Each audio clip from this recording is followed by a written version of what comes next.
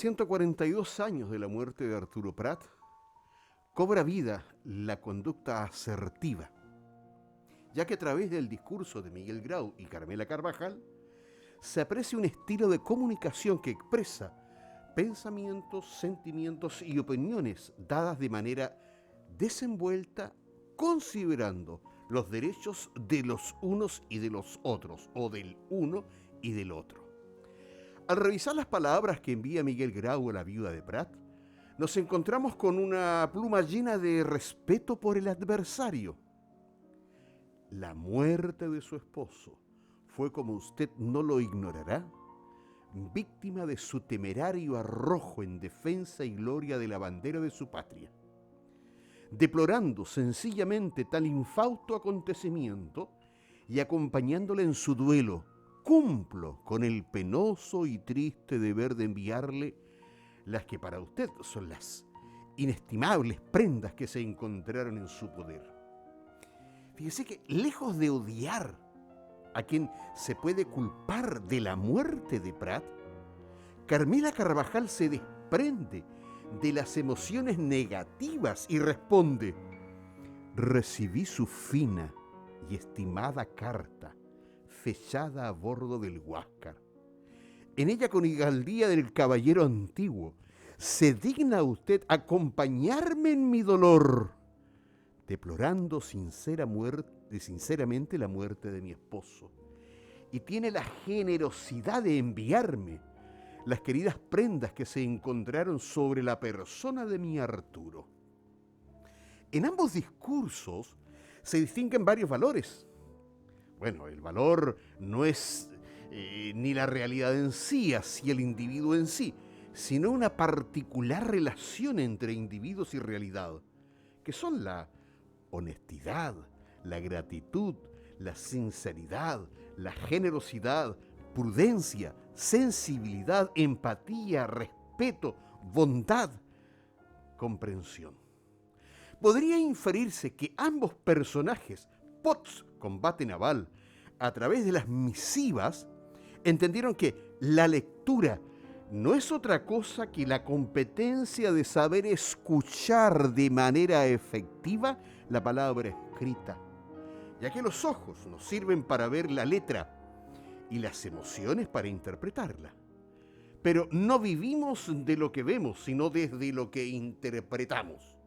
O sea, si queremos cambiar nuestra vivencia interna, tenemos que cambiar nuestra emoción. Si cambiamos nuestra emoción, cambiamos nuestra relación. Y eso es lo que pasó con Carmela Carvajal, viuda de Prat, que cambió su emoción al entender el respeto de las palabras que escribió Grau, ya que perfectamente el caballero de los mares podría haberse obviado el envío de la carta y dejarse para sí las pertenencias de Prat como un trofeo de guerra. La Escuela Violeta Parra les invita a este conversacional sobre el combate naval de Iquique a 142 años. Ahí está nuestra boya, ¿no? Nuestro signo identitario de Iquique en los mares. La boya, ¿no es cierto? Perfectamente cuidada, protegida por la Armada de Chile. Bueno, ¿qué es eso? Durante todo el amplio sector que conforma la histórica Rado de Iquique se puede observar la boya esmeralda entre las olas. Este hito en el mar marca el sitio, vamos a decirlo, no exacto, ¿no? La boya está a varios metros más allá del lugar en donde se hundió la Esmeralda por un tema de protección, ¿no? Que se hunde el 21 de mayo de 1879. Como sabemos, es visitada por miles de personas, este singular punto histórico y turístico del norte chileno. Fue instalada la boya de Iquique por primera vez el 21 de mayo de 1928. Combate naval de Iquique, 1879. Pero hay algo que debemos saber, mis estimados escuchas y televidentes, que la Esmeralda, que participó en el combate naval de Iquique es toda una historia. La primera esmeralda chilena. Ahí la tenemos. Propulsada, digamos, por los vientos, ¿no es cierto?, que empujaba las velas y le daba su dirección, su velocidad. La segunda esmeralda, esta es la que combatió acá en Iquique. La segunda esmeralda que indudablemente la administran, la compran la Armada de Chile. Segunda esmeralda es la que combatió en Iquique. Luego se compran buques y al nuevo buque que adquiere la Armada le ponen esmeralda, que sería la tercera esmeralda. ¿No es cierto? Ya podemos observar que dejamos las velas a un lado, indudablemente tiene otro sistema de combustible. Esta es la cuarta esmeralda. Ya va adquiriendo características de un barco más moderno, ¿no? Luego tenemos una fragata, la quinta esmeralda, que surcó los mares de Chile. Y la sexta esmeralda es la que conocemos ahora, la que en este minuto está fondeada en el puerto de Pisagua. Aparece el 21 en la rada de Iquique. Esta es la sexta esmeralda, llamada buque escuela, que es, indudablemente, como su nombre lo indica, una escuela para, los oficiales y la tripulación, los marinos, ¿no es cierto?, que hacen ahí sus prácticas y recorre el mundo, ¿no es cierto?, y realiza ejercicios. Vale decir, Chile ha tenido 6 esmeraldas y la número 2 es la que participa en el combate naval de Iquique. Ahí tenemos al cadete. Yo todavía no entiendo por qué se le llama Arturo Prat, si su primer nombre es Agustín. Está en la partida de nacimiento. El cadete Agustín Arturo Prat. Fíjese que Agustín nace en la hacienda de San Agustín de Puñual, en Ningüe, muy cerca de Chillán, un 4 de abril de 1848. Lo interesante de Arturo Prat es que estudió Derecho a bordo de la Esmeralda. Miren, en un programa especial que dictó la Universidad de Chile en 1875, o sea, estamos hablando en 1870. 1870 ya existía la educación a distancia. A pesar de que no estábamos como estamos hoy día, telemáticamente, ¿no es cierto? Pero existía la educación a distancia. En 1875 inicia su práctica y en 1876 aprueba sus últimas asignaturas. El trabajo de tesis fue Observaciones a la ley electoral vigente. Prat se tituló como abogado el 31 de julio de 1876 a la edad de 28 años. Hay 2 trabajos interesantes de la defensa que realizó Prat en su calidad de abogado. Defendió al ingeniero Ricardo Owen, acusado por desobediencia, y defendió a su amigo Luis Uribe, acusado por desobediencia y desacato a sus superiores. El primer juicio lo ganó cuando defiende a Ricardo Owen, mientras que en el segundo caso lo perdió por 6 votos en contra y 6 meses de presidio para Uribe. Pero Prat apela al presidente de la República y una amnistía le salvó su carrera naval. Por lo tanto, Prat estudia a distancia en un programa especial dictado por la Universidad de Chile. Y es uno de los pocos abogados que su tesis, su defensa de tesis, la hace en Valparaíso. O sea, la Corte Suprema se traslada a Valparaíso para la toma, del examen final de Prat. Hola, muy buenos días a toda la comunidad educativa de la Escuela Violeta Parra de Iquique, la antigua escuela artística. Lo que nos convoca hoy es el tema de la Guerra del Salitre, específicamente partiendo con ello, con un episodio en sus términos históricos que es la ocupación de Antofagasta. En este sentido, los bandos contendientes, como tal vez grafica la imagen en parte, se ven claramente definidos en el sentido de las campañas que se inician, principalmente la de Antofagasta y Tarapacá hacia 1879, continuando luego con las campañas subsiguientes, que llegan hasta 1883. Ahora se enfrentan 2 bandos, que es el Estado Nacional Chileno, o Chile, versus una alianza de la República del Perú y la República de Bolivia. Ahora, para entrar en una definición de lo que se llama guerra del salitre o guerra del Pacífico, también considerada, pero sin embargo los debates de la historia hacia mediados del siglo XX la denominan del salitre, eso, que es una guerra en sí no popular y no deseada directamente por la población. Sin embargo, tiene como motivo la posesión o la tenencia en propiedad del nitrato de sodio o salitre. Ahora las causas son variadas, pero en sí tienen que ver con elementos cercanos, diferencias territoriales. En este aspecto, para la historia de Chile, todas ellas se inauguran durante el gobierno de don Manuel Bundes Prieto.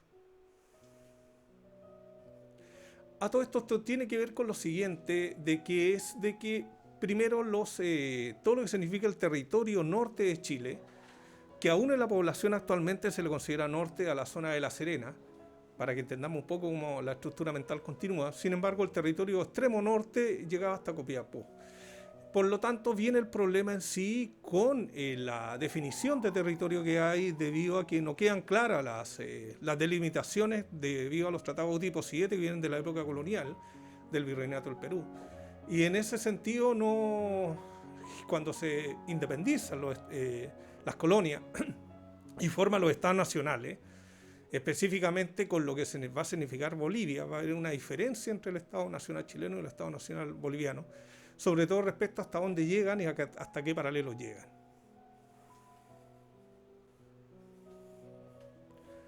En este sentido va a haber una diferencia respecto a la interpretación de dónde llega el territorio, y específicamente basado en los paralelos y en la definición de un problema de lo que se va a llamar la medianería, que tiene que ver con la diferencia entre los paralelos 25 y 23. Ahora, en ese aspecto va a surgir ya una amenaza de guerra hacia la década de 1860 del siglo XIX, que se va a ver detenida. Esta guerra era en principio entre Chile y Perú, había relaciones muy tensas, por la asonada de una expedición española al mando del almirante Pareja, lo cual va a generar una guerra entre los nacientes estados nacionales de Bolivia, Perú y Chile contra el Reino de España. Sin embargo, ello detona luego un nuevo proceso de acercamiento que se va a finalizar en la firma de un tratado económico en sí, que tiene que ver con ciertos acuerdos, en realidad tratado territorial, pero tiene que ver con una base económica que en sí estaba por lo siguiente, que es el tema del guano. En realidad, el tema de diferencia territorial no aparece porque sí, aparece porque hay algo pendiente ahí, como generalmente ocurre con las guerras, que en su mayoría son económicas, no todas, pero en su mayoría son económicas desde tiempo de la antigüedad, que es la extracción del guano, que es lo que origina el problema y que luego se va a transformar en salitre debido a la riqueza que tiene esta zona. Y ahí se establece un tratado entre la presidencia de Mariano Melgarejo y José Joaquín Pérez, como bien detalla la diapositiva. Ahora, aquí se ve claramente cómo se establece una zona de medianería económica, en la cual una parte de los paralelos va a señalar el límite chileno y el límite boliviano. Esto va a ser el génesis después de las interpretaciones que hasta el año, digamos el siglo XXI, con el tema de la Haya, van a ser parte de las interpretaciones que se llevan por ambas cancillerías respecto a la situación pendiente con Bolivia, que queda zanjada luego en la Haya. Sin embargo, nuevamente se firma un nuevo tratado hacia 1874, donde se establece como límite el paralelo 24. Ahora, en este sentido tiene que ver netamente ahora el tema con el salitre, ya recordemos el origen había sido el guano, y esto se da en un sentido del tema de la explotación que se está realizando en la zona salitrera, porque ya capitales en sí europeos, más capitales chilenos estaban en la zona en disputa. Actualmente, cuando hablamos de estos paralelos, nos referimos a todo lo que es la zona de la actual región chilena de Antofagasta. Por tanto, el Tratado de 1874 establece una zona en la cual se delimitan el tema de extracción del nitrato de sodio salitre y los impuestos que ahí están referidos. La situación cambia en sí debido a la llegada en Bolivia de un nuevo ejecutivo o presidencia que viene con una impronta nacionalista, con lo cual el tema de la extracción del salitre y la regulación del impuesto por cada quintal exportado se va a alterar. Por tanto, va a alterar el tratado aplicando un nuevo impuesto para que sea favorable, obviamente, al Estado boliviano, y eso va a entrar en diferencia con el empresariado europeo, principalmente, y el empresariado chileno, que ya lleva décadas en la zona. Hay que recordar que la región de Antofagasta tiene una alta población chilena que había migrado a esa zona buscando trabajo, que era lo llamado, conocido en la época como mineros. Por tanto, viene una reacción, obviamente, de las compañías o capitales salitreros que están en la zona, principalmente, como se había dicho antes, de tipo nacional chileno y también de tipo europeo, los cuales tienen una diferencia con el Estado boliviano y se niegan a cancelar el impuesto. Y esto, siguiente por favor, va a llevar obviamente a cierta tensión. Y esta tensión comienza hacia el año 1879. Hay que recordar por qué 1879, por la ascensión del presidente Hilarión Daza, con lo cual la alteración del impuesto va a alterar el tratado en sí, es decir, va a alterar el acuerdo. Y esto va a llevar sencillamente a un periodo de tensión en el territorio. Desde esa forma, y ante la negativa del empresariado salitrero, se dispone de parte del gobierno boliviano, dado que se está en territorio boliviano, el remate de las propiedades de las oficinas salitreras y luego, posteriormente, envía una fuerza de ocupación. Y esto se concreta el 14 de febrero de 1879, que es recordado en Antofagasta generalmente como el día de Antofagasta, debido a la llegada de los chilenos. Hay que recordar que la zona era territorio boliviano, por tanto, llegan los chilenos principalmente con una expedición al mando del coronel Sotomayor, que desembarca en el llamado muelle histórico que hasta hoy en día existe, con alrededor de 200 hombres y con una pequeña flotilla que envía el Estado chileno. Cabe recordar que antes ya se había hecho presente la fragata blindada acorazado chileno Blanco Encalada en las aguas de Antofagasta. Y aquí nos referimos específicamente a la fuerza de ocupación que están al mando. En este sentido, la fuerza boliviana, que era muy pequeña, era de policía, de hecho se entrega a la ciudad prácticamente. Hay que recordar de que ya se había planteado antes de que una gran cantidad de la población era chilena, principalmente proveniente de la zona del norte chico actual de Chile, y con los cuales por la cercanía territorial se llevan trabajando en esta zona. Ahora, obviamente, esto da como sentido lo que habíamos hablado antes de la ocupación del territorio de Antofagasta. Y su ocupación en sí no es una ocupación de hecho, no es una ocupación territorial que luego va a quedar zanjada tiempo después, ¿no? Es una ocupación de hecho, de fuerza. Ahora, en este sentido, luego la ocupación chilena nombrado gobernador del territorio don Enrique Villegas y don Nicanor Centeno, gobernador de Antofagasta. Ahora, en este sentido, aquí vienen algunas fuentes de prensa que señalan lo que refirió en parte este periodo. Hay que señalar que la ocupación de Antofagasta luego viene con un enfrentamiento bélico ante la retirada de las fuerzas bolivianas muy pequeñas de policía, las cuales sí resisten en Calama, el 23 de marzo de 1879, dando inicio al primer enfrentamiento de hostilidades armadas en sí, en donde las tropas chilenas se enfrentan por primera vez a fuerzas bolivianas. En este aspecto se toma Calama, hay baja chilena y baja boliviana, y aquí surge también otro elemento más de consideración o episodio histórico, que es el 23 de marzo, que también es recordado en Calama, pero por otro lado también en Bolivia, y de hecho a fines del siglo XX se destaca este día como el día del mar, ¿no? Debido a la idea simbólica de la pérdida de la litoralidad que se tiene, pero definitiva en sí de parte de Bolivia, por lo cual los elementos simbólicos no están de más referidos. Y obviamente aquí nos está señalando estos periódicos, fechados en La Paz, por ejemplo, hacia febrero de 1879, cómo llegan las tropas chilenas. Y esta fuente nos refiere cómo se ven las noticias en la época.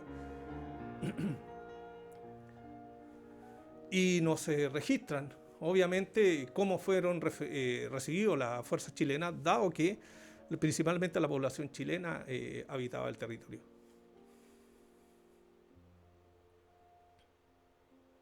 Y obviamente la reacción nacional de Bolivia, ¿no? y su interpretación. Ahora, este episodio revela un héroe. En los enfrentamientos siempre surge todos los elementos de heroicidad. Esto viene dado por la tradición greco-romana, específicamente, que son las personas que se destacan. Y en este sentido, para Bolivia, dado que muere en combate, aparece Eduardo Baró. Ahora, no es héroe en sí no es héroe por una casualidad, siempre hay un sentido de otorgar la idea de heroicidad. Y este tiene que ver con el desafío de la muerte. Y en este aspecto aparece Eduardo Barboa, el cual es intimado a rendirse por las fuerzas chilenas, pero sin embargo señala que no se rinde. Obviamente la frase lo dice muy bien ahí: rendirme yo, que se rinda su abuela, carajo. Por tanto, eso queda donde queda la idea del caso omiso a la vida, ¿eh? Y esto es lo que da uno de los elementos de las tragedias que finalmente llegan a la heroicidad. Parecido, obviamente, está el caso chileno, con Arturo Prat, que es la referencia chilena. Parecido está el caso del almirante Miguel Grau, en el caso peruano, y también el coronel Bolognesi en la defensa de Arica. Sin embargo, los héroes son comunes. En realidad, estos son los héroes que se destacan. Generalmente están asociados a una idea de diferencia del resto del común de oficiales, pero sin embargo, generalmente las tropas también fueron heroicas.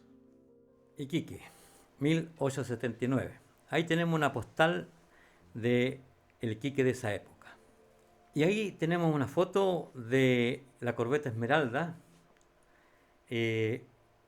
la cual Prat tomó el mando el 12 de mayo.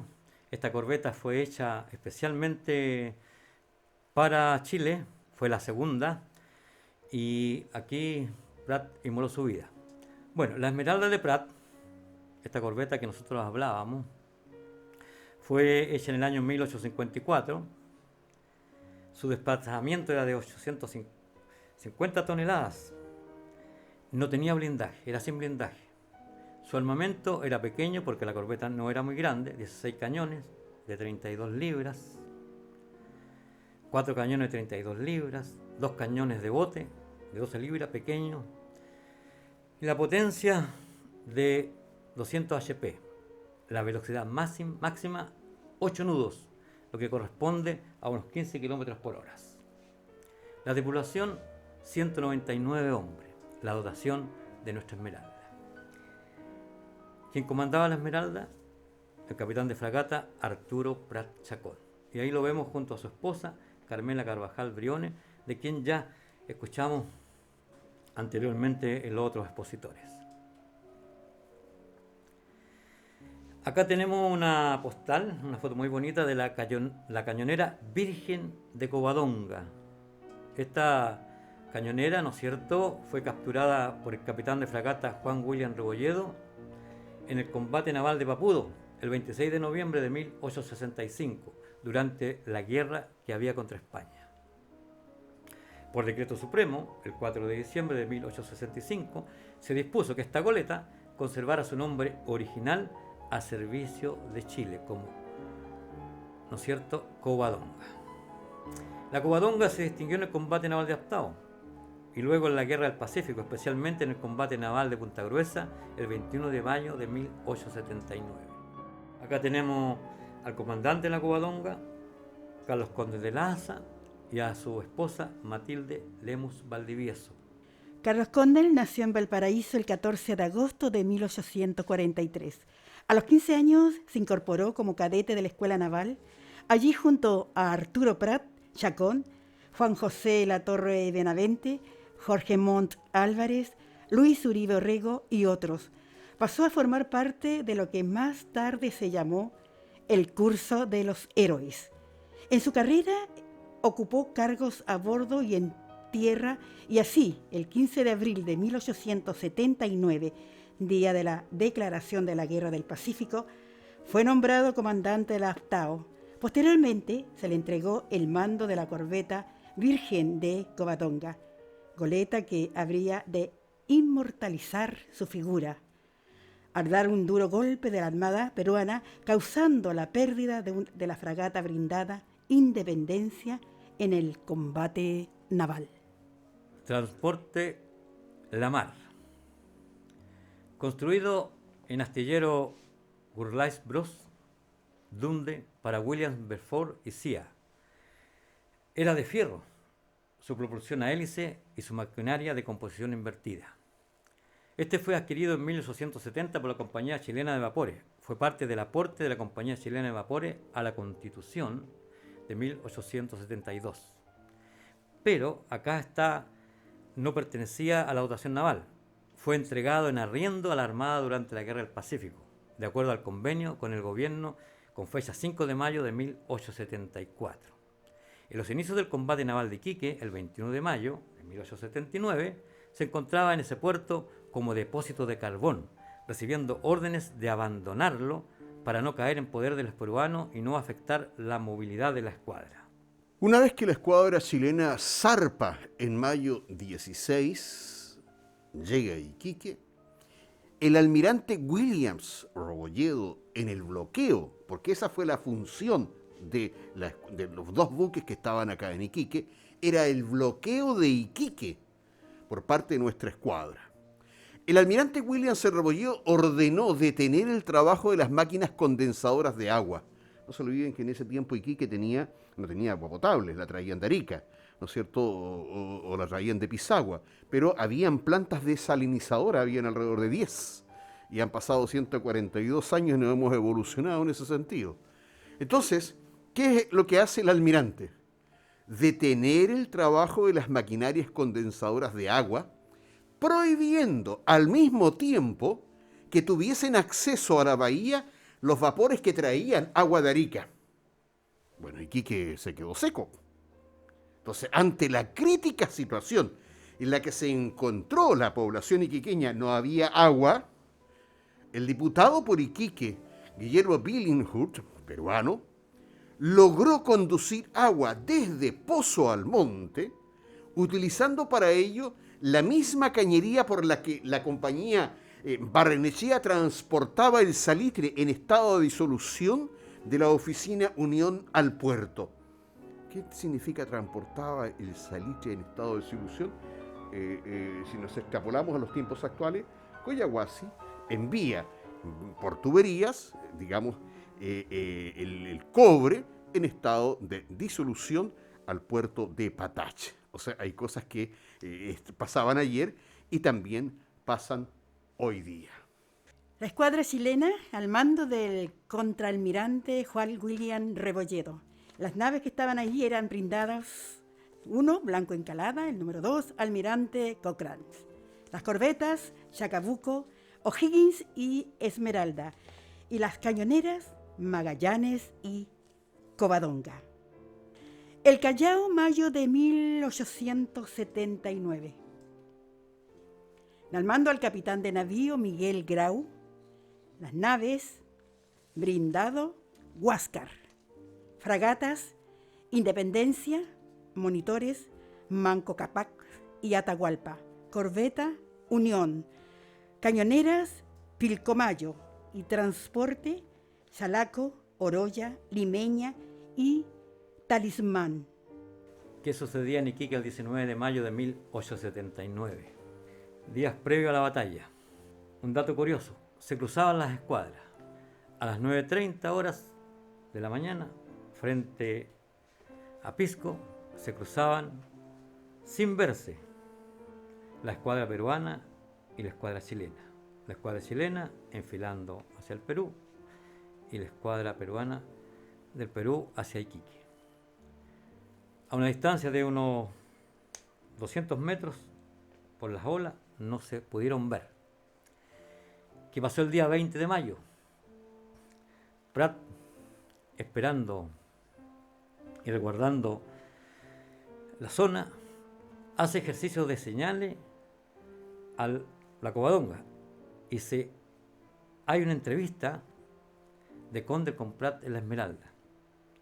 Este ejercicio de señales consistía en banderas que decían a qué lado ir, dónde ponerse.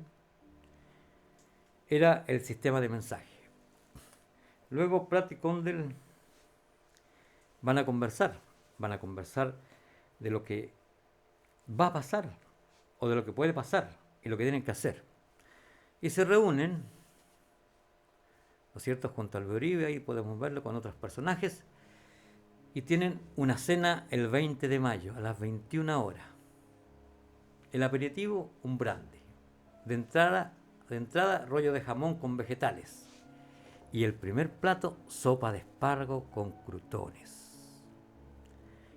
De fondo, como buenos marinos, pescado a la lata con papas cocidas.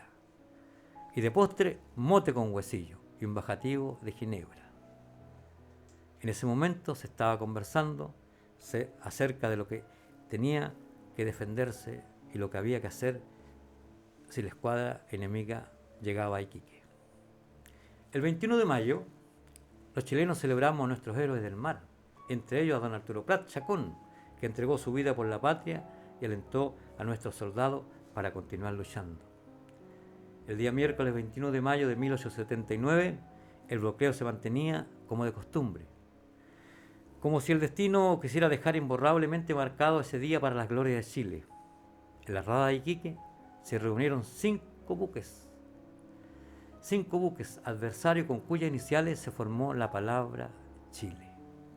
Covadonga, Huáscar, Independencia, el transporte de la mar y nuestra Esmeralda.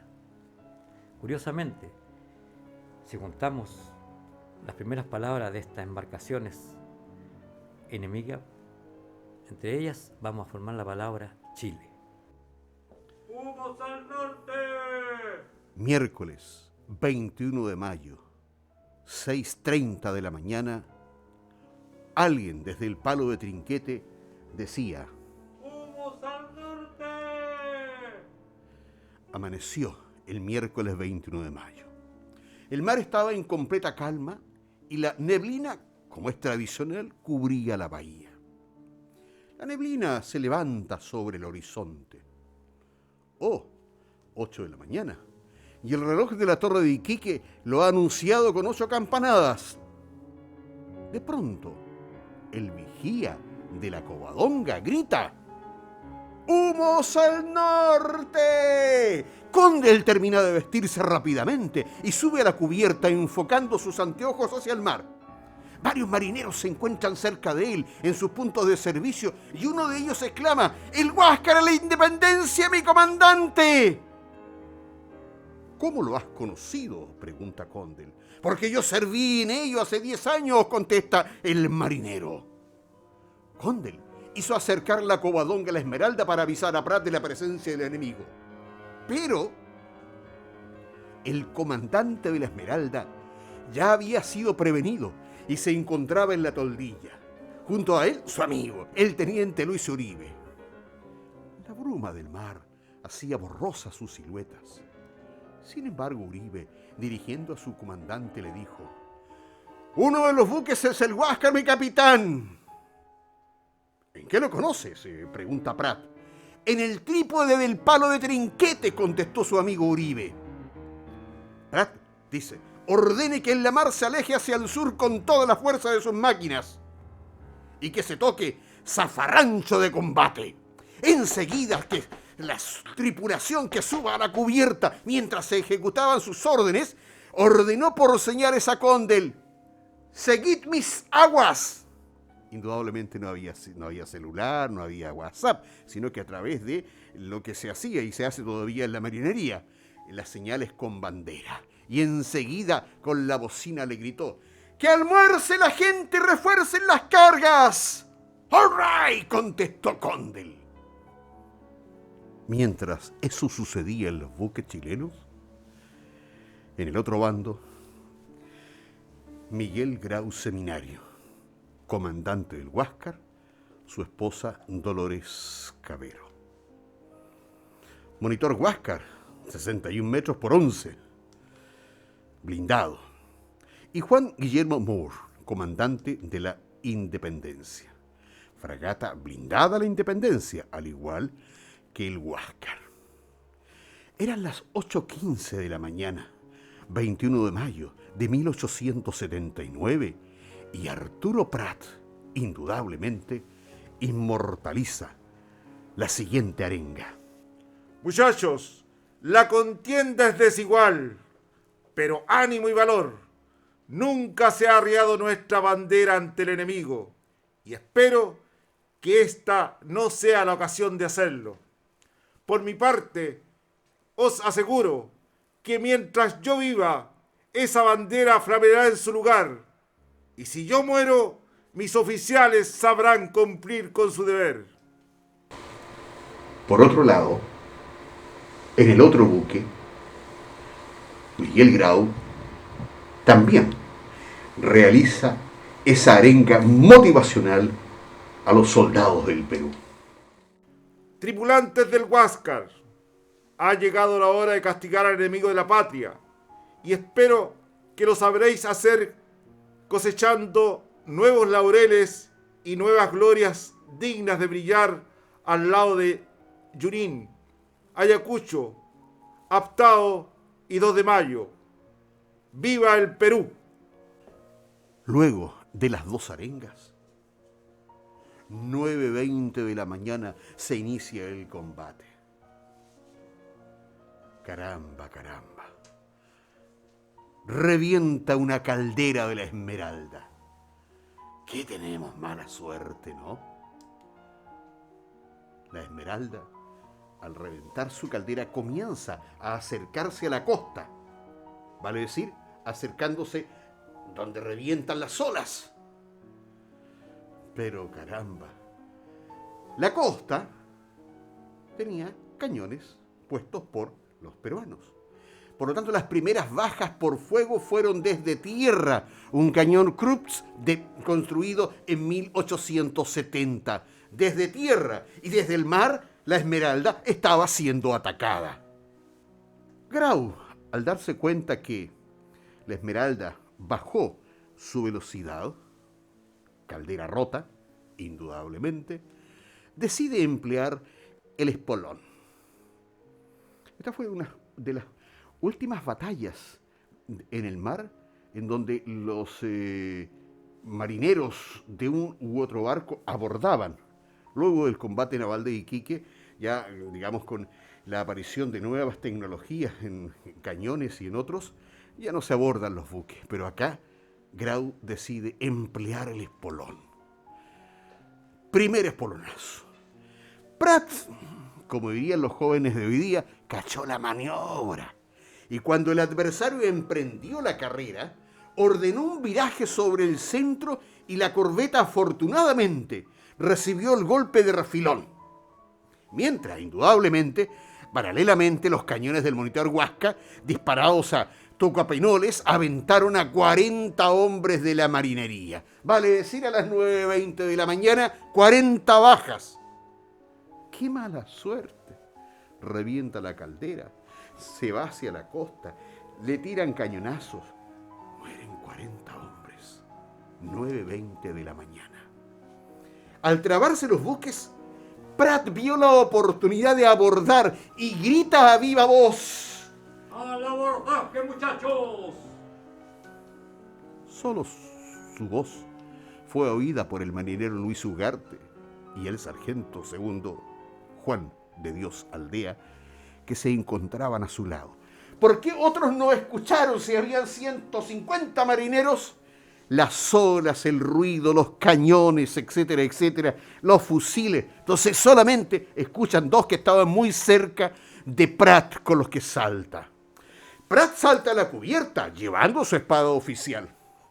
Un disparo lo hirió, pero se mantuvo, dicen, apoyando una rodilla sobre la cubierta. Indudablemente trata de incorporarse porque la idea de Prat era llegar a la Santa Bárbara. O sea, de todas maneras Prat iba a morir. La Santa Bárbara es el lugar donde están las municiones.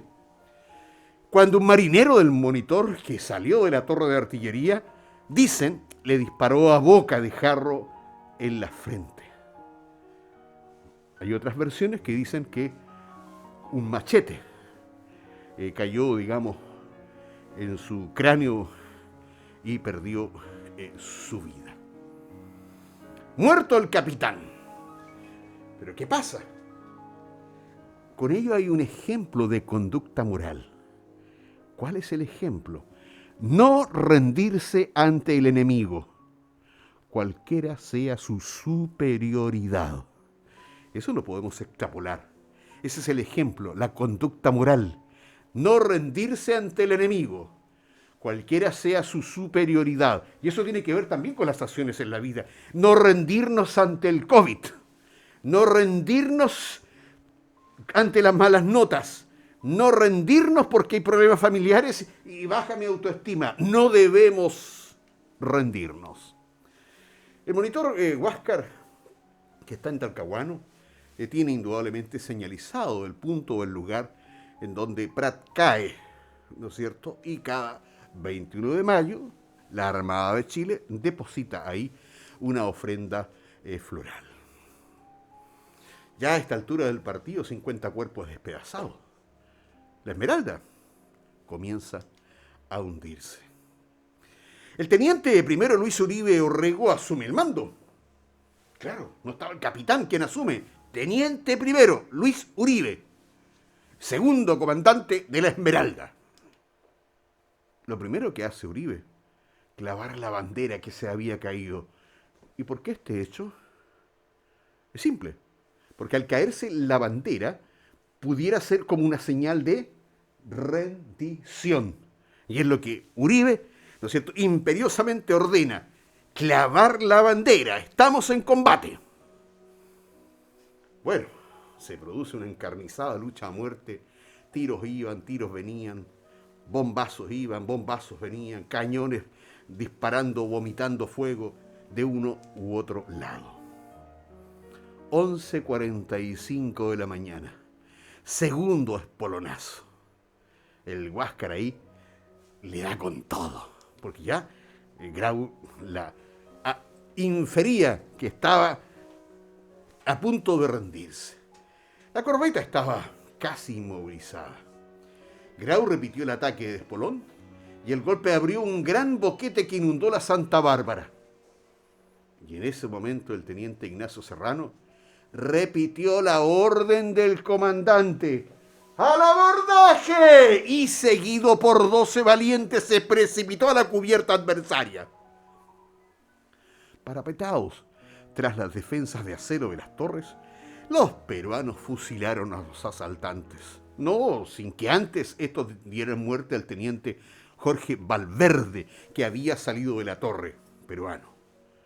Cerca de los grandes cañones del Huáscar quedaron tendidos Serrano y sus hombres. De ellos, 7 mueren. ¿Cuáles fueron los 12 valientes que acompañaron al teniente Serrano? Marinero Benjamín Reyes, Agustín Oyarzún, Santiago Romero, Luis Ugarte, Agustín Coloma.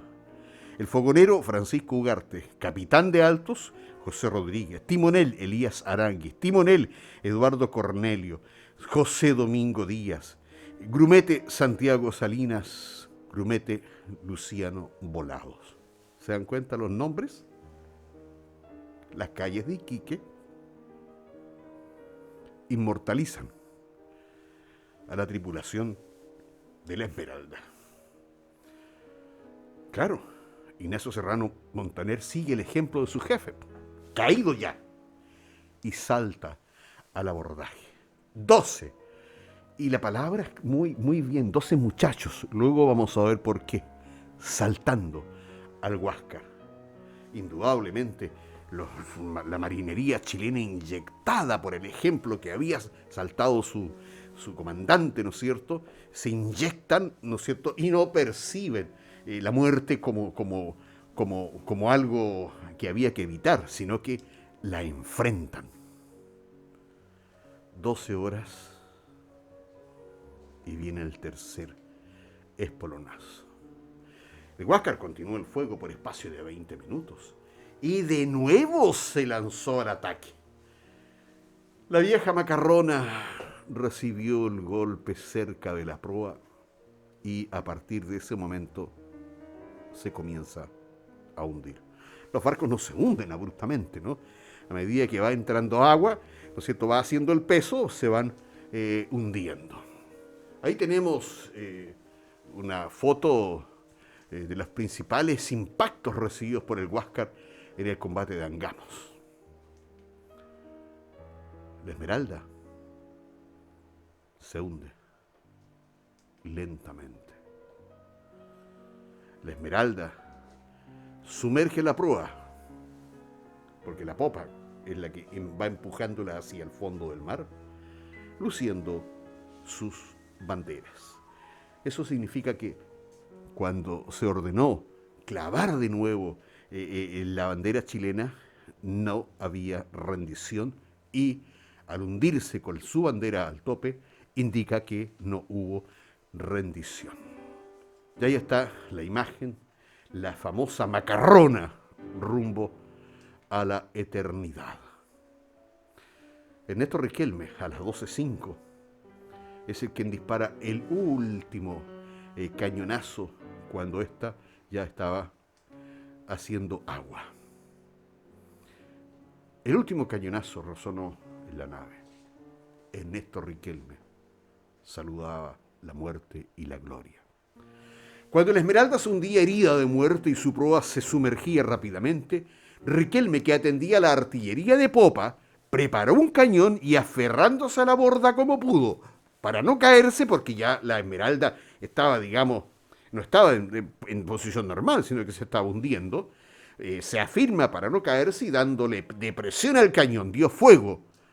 Digamos, es para la historia, o sea, no hubo intención y no estaban las fuerzas, ni estaba en posición para dañar al monitor, ¿no es cierto? Pero despide de esa forma a la corbeta. Después de esto ya no pudo sostenerse y rodó por la cubierta, donde el mar lo traga. Su cañonazo fue, por cierto, estéril. Solo resultó un saludo a la bandera que aún flameaba, pero mostró a la posterioridad el alto nivel de patriotismo y el temple de héroe de este joven oficial. Murió ahogado en el mismo momento en que la bandera izada en el pico de mesana de la corbeta se perdía en la mar. Este joven guardia marina personifica en la historia naval de Chile el héroe soñado de la juventud chilena. Sentimental, músico, bombero, altruista, estudiante de derecho y poeta, que fue capaz de mostrarse como un marino heroico al sellar con la última descarga de su cañón la decisión del comandante Prat, su amigo, su jefe, de no arriar jamás la bandera nacional ante el enemigo, aun cuando se combatiera en inferioridad de condiciones. Las aguas del Pacífico se precipitaron impetuosas hacia el interior, mientras en el pico de Mesana la bandera continuaba meciéndose en el viento. 141 hombres habían rendido su vida para hacer carne la consigna. Nuestra bandera nunca ha sido arriada. Y así se hundió bajo las olas del Pacífico. 12:10, 21 de mayo, la bandera en alto, lo último en hundirse. Ahí se observa el escudo de popa de la Esmeralda. Dotación 183 hombres, había un civil, 63 sobreviven. El español Eduardo Llanos, que luego vamos a ver cuál fue su papel histórico, ¿no es cierto?, hace un croquis, porque era observador, ¿no es cierto?, hace un croquis del desplazamiento de los buques, tanto de la Esmeralda, la Covadonga, el Huáscar y la Independencia. Ahí están los movimientos indudablemente que hacen y los puntos en donde están los espolonazos o las colisiones. Grau, al ver que ya la Esmeralda se hunde, recoge a los 50 sobrevivientes que quedaron, digamos, alrededor del buque hundido, de esos flujos de agua, ¿no es cierto?, que debieron sortear. El reloj de la Esmeralda marca las 12:10 cuando se hunde y está tal cual como se encontró, ¿no es cierto?, con los óxidos que corresponden producto de la corrosión, porque esto no fue sacado de forma inmediata, sino que mucho posterior.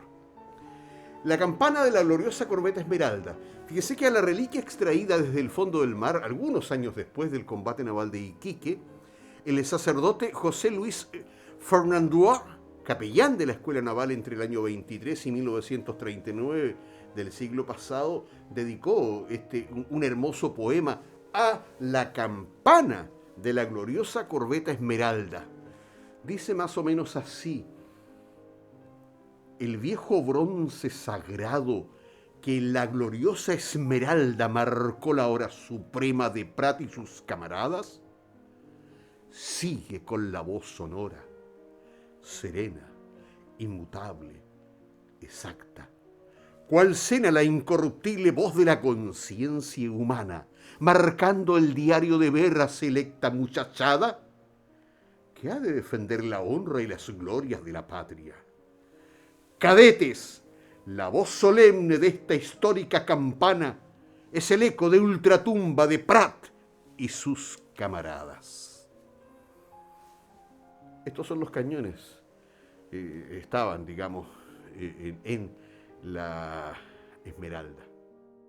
Hay un registro, hay una bitácora, ¿no es cierto? La bitácora es el registro de las actividades, las acciones, la tripulación, la hora de comida, etcétera, etcétera, etcétera. También fue rescatada. Pero estudiantes de la Escuela Violeta Parra, chateamos, nos quejamos, le tenemos miedo al COVID, le tenemos miedo a las malas notas.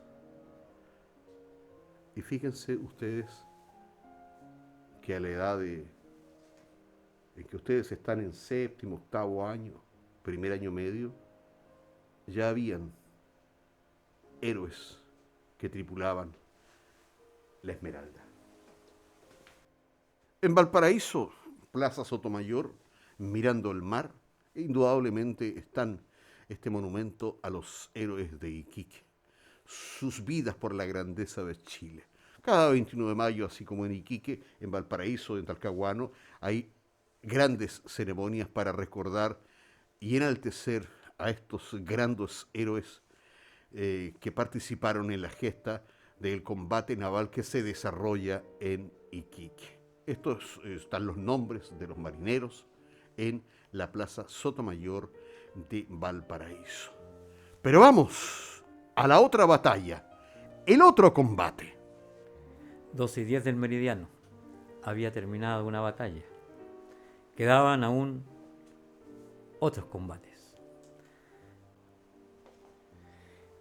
El combate de Punta Gruesa, donde participó la cañonera Covadonga. 9:15. Frente a las costas de Iquique, en Punta Gruesa, la Covadonga e Independencia estaban frente a Cabancha. En ese momento, la Covadonga, viéndose inferior, tomó rumbo hacia el sur, hacia Punta Gruesa. El teniente primero Manuel Joaquín Orellas Echáñez era el segundo comandante de la Covadonga. A las 9:25 horas, la Covadonga y la Independencia, una en su huida y otra en su persecución, estaban frente a Molle. Los cañones de Molle disparaban a la Covadonga. Toda su artillería estaba destinada a barcos chilenos. La Covadonga se acerca a la costa. En una maniobra, podría decirse temeraria, ¿no es cierto? Carlos Condel enfila la Covadonga hacia la costa, a pesar de que había muchas rocas, mucho oleaje, y se da inicio al combate naval de Punta Gruesa. La Covadonga evita el espolón de la Independencia, que con su furia trataba de atacarlo. La causa principal de que este combate durara tantas horas fue motivada sin duda alguna por la mala puntería de los artilleros peruanos, quienes disparaban sin cesar sobre el pequeño casco de la Covadonga. Andanada entera con cañones de 70 libras, pero las balas no tocaban el buque, a pesar de que la distancia fluctuaba entre buque y buque desde 100 metros a media milla. Y no solo sus artilleros eran malos, sino que también lo eran sus rifleros, que a pesar de hacernos fuego, graneados a tiros de revólver, solo lograban herir a 2 de nuestros compañeros, relataba un testigo de esta batalla. A las 11 de la mañana estábamos, dice el testigo, a 2 millas del Bajo de Punta Gruesa. La Independencia, viendo que sus tiros no surtían efecto alguno, se alejó unas 2 millas de nosotros hacia afuera. Enseguida, virando en redondo, nos perfiló con su proa y se lanzó hacia nosotros con la velocidad que se lanza el milano hambriento sobre la tímida y débil presa. El valiente Condell, que veía nuestra única salvación entre las rocas de la bravía playa, viró también y puso proa hacia aquella playa, desafiando a nuestra tenaz perseguidora que era la Independencia. Pero el enemigo, viendo fallada su tentativa, nos presentó su costado a 200 metros y se contentó con lanzarlo una granizada de balas, a imitación de aquellos canes valentones que parece que van a cargar y solo dan ladrido.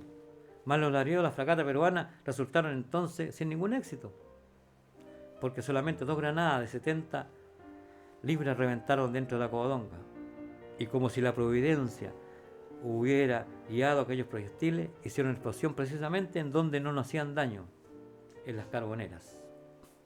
A las 12 de la mañana, la fragata enemiga, viendo lo infructuoso de su caza, se resolvió a darnos un golpe decisivo, precipitándose por 3ª vez sobre nosotros.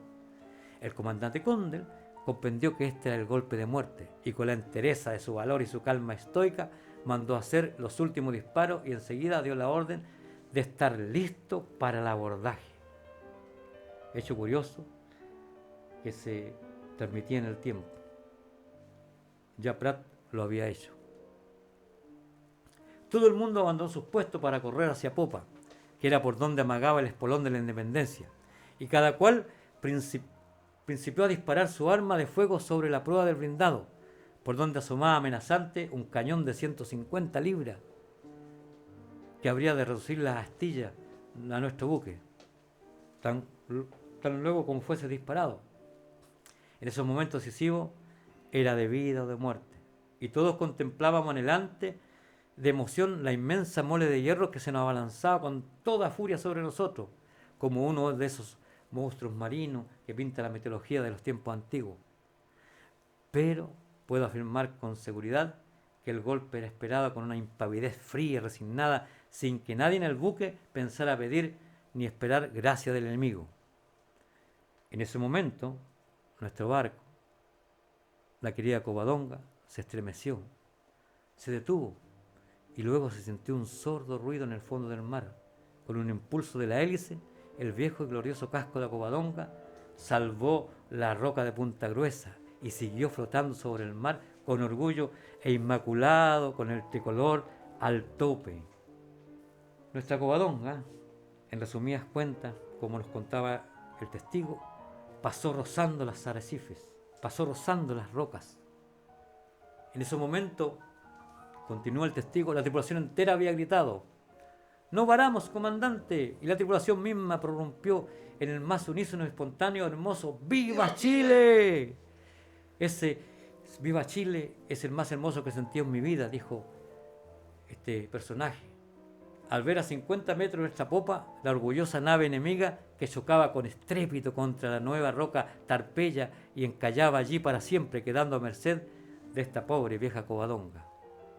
Esta narración corresponde a un testigo, Arturo Olid, y fue escrita en el periódico La Libertad Electoral el 30 de mayo de 1888. El autor tenía 22 años de edad, participó en el combate naval de Punta Gruesa y lo dejó escrito en sus memorias. Además escribió otros artículos titulados Combate de Punta Gruesa, en donde narra este mismo hecho, pero con nuevos detalles y antecedentes que son muy interesantes de conocerlo. Aquí podemos ver en una postal cómo encalla la Independencia, varada, ¿no es cierto?, sobre las rocas, y ahí está nuestra Covadonga virando. Ahí vemos nuevamente la Independencia entre las rocas sin poder moverse. A lo que la Covadonga, ¿no es cierto?, aprovechó el momento y hizo fuego, abrió todos los fuegos. La Covadonga se acerca a la independencia. Granizadas de balas sobre la independencia. 12:35 ha concluido el combate naval en Iquique, frente a las costas de Iquique, pero está concluyendo a las 12:35 el otro combate. Está rindiéndose la otra nave enemiga, la Independencia. Juan Guillermo Moore dijo: he perdido el buque que la nación me confió, asumo la responsabilidad y pagaré con mi vida el desastre. Ahí podemos ver la bandera del Perú, ¿no es cierto? Y ahí tenemos una vista del Palacio de la Aduana. Y ahí tenemos un personaje muy importante para nosotros, Eduardo Llanos Nava. La Municipalidad de Iquique, en conjunto con la colonia española y la Armada de Chile, inauguraron el busto del ciudadano español Eduardo Llanos el 31 de mayo del 2008. Oiga, pasaron hartos años para que se reconociera, ¿no? ¿Quién sepultó los restos de Prat luego del combate naval de Iquique? El busto está emplazado en la plazoleta ubicada frente a la ex aduana Aníbal Pinto con Avenida Prat. La escultura fue donada por la colonia de residentes españoles en Iquique. Independiente de la labor realizada luego del combate de Iquique, su gesto ayudó a mejorar las relaciones entre Chile y España, que estaban ya fracturadas antes del combate naval de Iquique. Tumba de los héroes de la Esmeralda, cementerio iquiqueño. Ahí tenemos, indudablemente, evidencias de lo que sucedió en Iquique. Ahí tenemos una carta al ministro de Guerra, rescatada del Archivo Nacional. Los restos de los héroes en la catedral, que estuvieron entre 1884 a 1888. La Covadonga, en fila al sur luego de su hazaña, ¿no es cierto?, indudablemente a buscar los sistemas de reparación que habían ocasionado, digamos, el haber pasado muy cerca, haber rozado las rocas, daños que le hizo abajo de la línea de flotación. Bueno, Prat muerto, o Esmeralda hundida.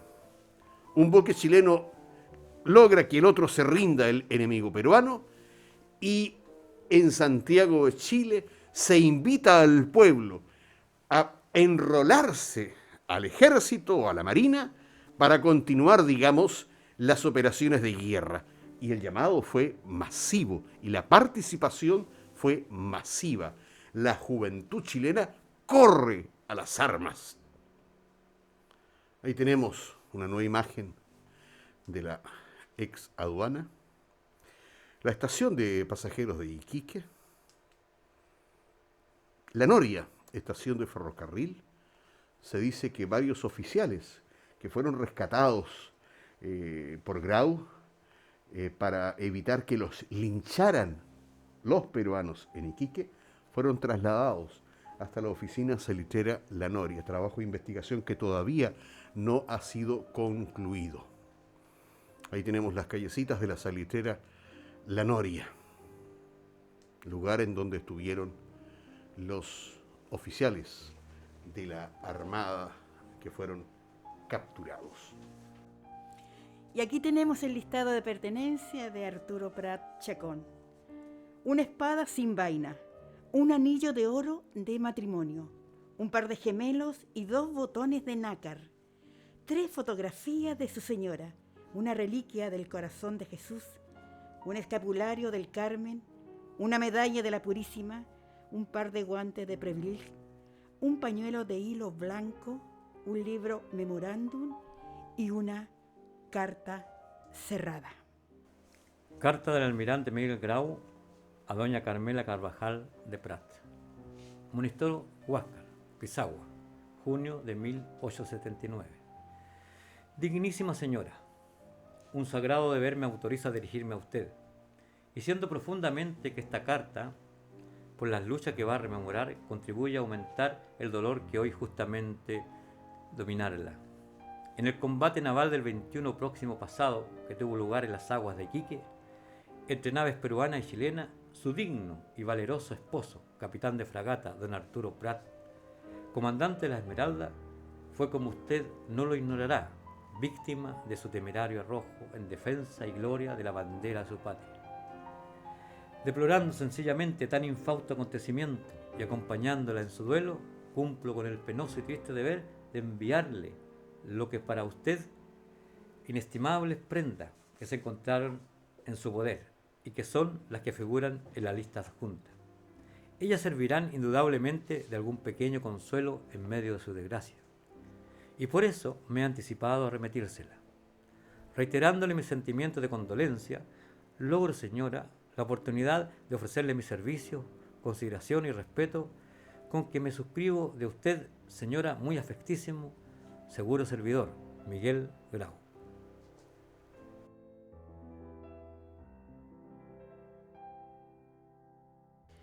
Recibí su fina y estimada carta fechada a bordo del Huáscar.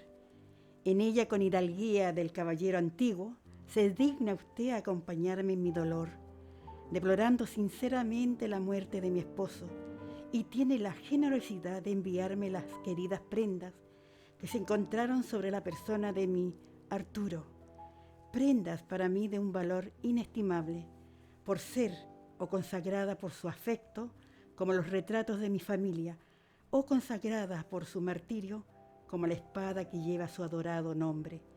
Al usar la palabra martirio, no crea usted, señor, que sea mi intento inculpar al jefe del Huáscar de la muerte de mi esposo.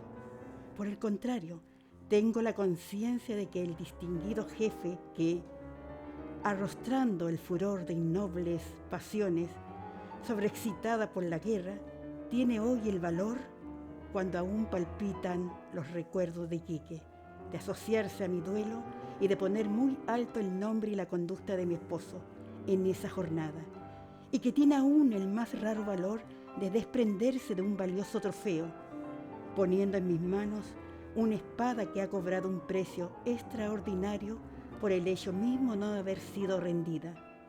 Un jefe semejante, un corazón tan noble, se habría, estoy cierta, interpuesto a haberlo podido entre el matador y su víctima, y habría ahorrado un sacrificio tan estéril para su patria como desastroso para mi corazón.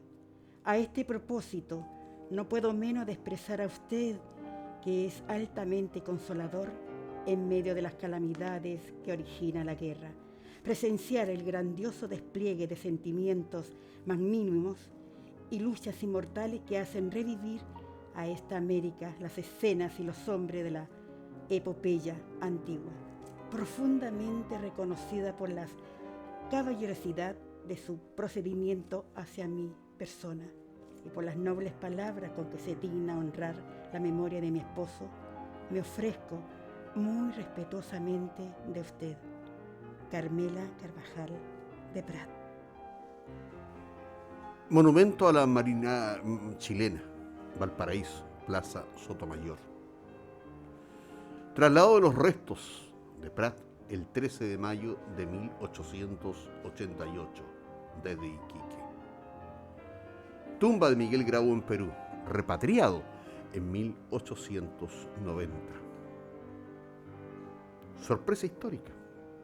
Arturo Prat Carvajal, hijo de Arturo Prat y de Carmela Carvajal, abogado, fue diputado por Tarapacá al ser elegido entre 1915 y 1918 con una alta votación producto del poder de atracción que ejercía la memoria de su padre en la provincia salitrera. Fue elegido luego diputado por Temuco entre 1918 y 1921. Fue ministro de Hacienda entre 1916 y 1917 y luego en 1931. Su nieto Jorge Prat fue ministro de Hacienda y fundador del Banco del Estado.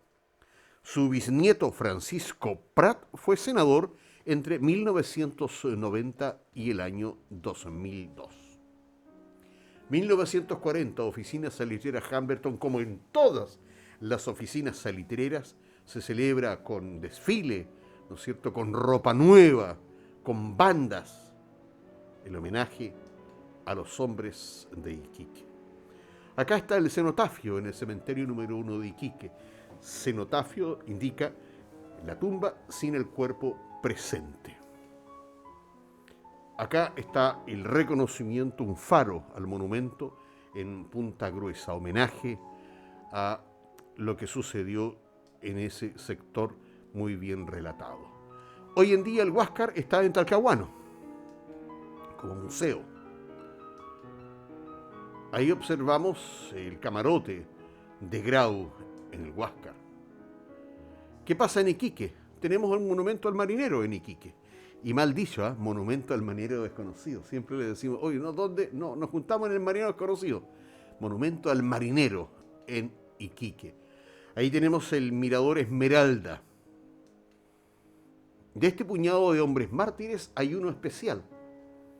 Mire qué interesante, especialmente para los iquiqueños. Se llama Juan de Dios Pradena Pérez, hijo de Severino Pradena y Bernarda Pérez, católico, casado con Petronila Delgado, 2 hijos, 1,64 de estatura, tez blanca, pelo y barba castaño, 32 años. Se contrató el 31 de marzo de 1879 para servir como marinero segundo en la cañonera Covadonga y fue transbordado a la corbeta Esmeralda. Nació en Iquique en 1857 y en su juventud se desempeñó como botero. Murió en la Esmeralda, murió en su mar, murió en el combate naval.